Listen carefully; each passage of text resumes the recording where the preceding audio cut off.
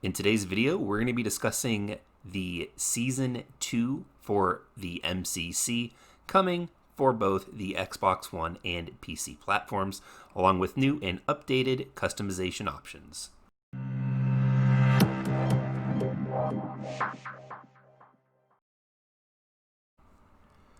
Now, the following information can be found over at HaloWaypoint.com under the News tab under the Halo MCC Development Update for June 2020.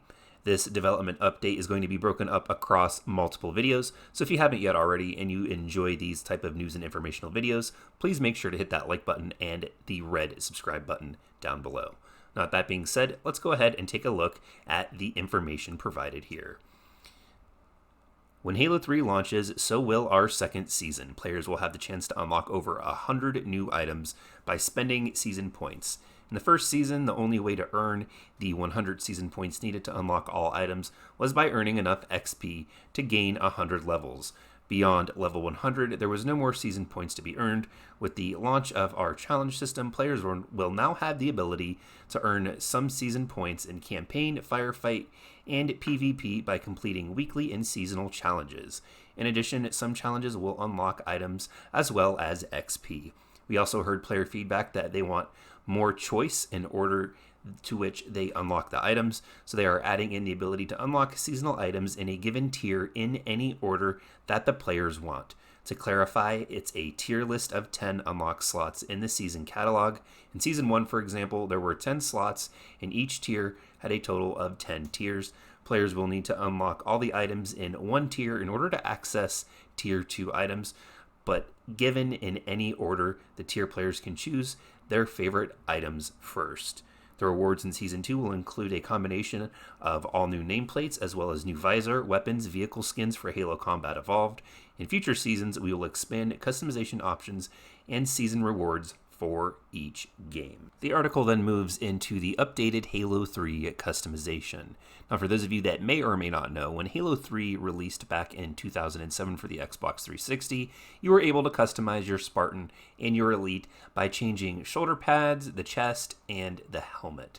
Now, when it was released for the Master Chief Collection back in 2014, they removed that ability and you were only able to select from preset armor variants.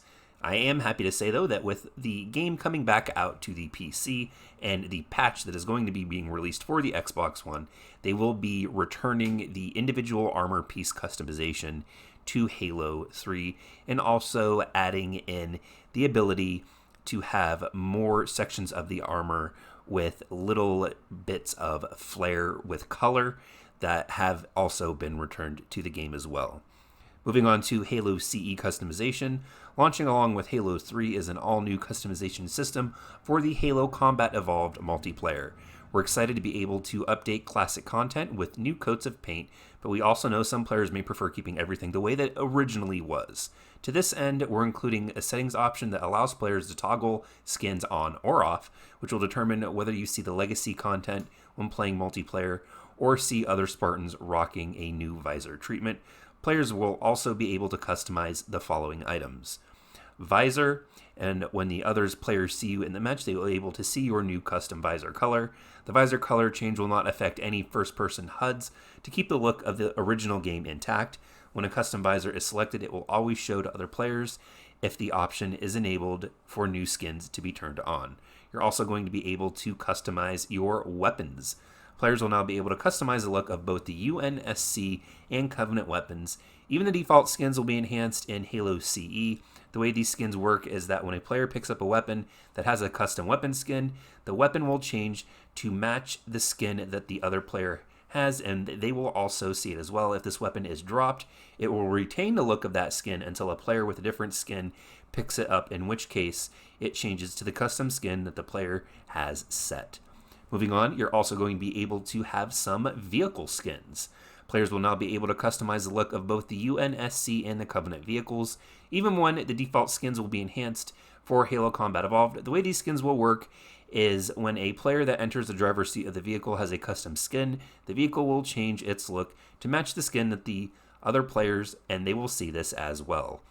If the vehicle is exited, it will retain the look of the skin until a player with a different skin enters the driver's seat, in which case it changes to the custom skin that the player has set, so much like the weapons. It says this all sounds awesome, but when building on new season, what helped influence the decision to start adding new content for Halo Combat Evolved over the other games in the collection? Now, this is, of course, an interview question here, and the answer by Max says, that's a very interesting question. We've always had a vision of expanding customization options for MCC. A key part of that was just making sure that you could see the characters in 3D renders, which is one thing we've been adding in for each game since Halo Reach. We went back and added the full peer-to-peer armor customization, which is what we're bringing into Halo 3 as well. We wanted to bring a greater level of customization to the games that didn't have it, as many customization options for the armor sets so that players can have their uniqueness in each game. With that in mind, we thought, hey, wouldn't it be cool to have some new options for Halo CE and what's possible there? Turns out there were a number of things that we could do. We sat down and started to come up with the concepts, going through trial and error, trying stuff out, and I think we're quite happy with what was possible and how the changes spiced things up in the multiplayer options. Just for clarity's sake, the first season that we received with Halo Reach in December of 2019, and it is now, as of the recording of this video, July 2nd. So we have had the same season now for over 6 months. It's nice to see that they've been working on things.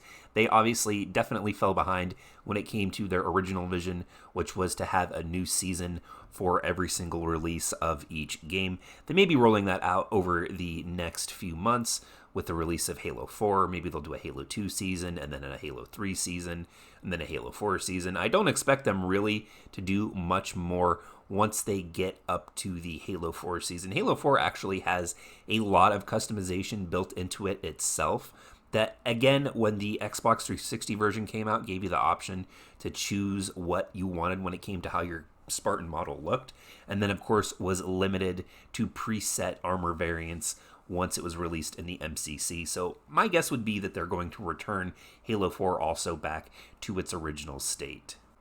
But as always, don't forget, in order to be part of the conversation and have your voice heard, leave me a comment in the section down below. If you guys found any news or informative value to this video, please go ahead and give it a thumbs up, as it does help out the video and the channel. Don't forget to check out the links in the description. I've got my social media, and support for the channel is there as well. But until next time, everyone, thank you all for joining me here today, and I'll see all of you in the next video.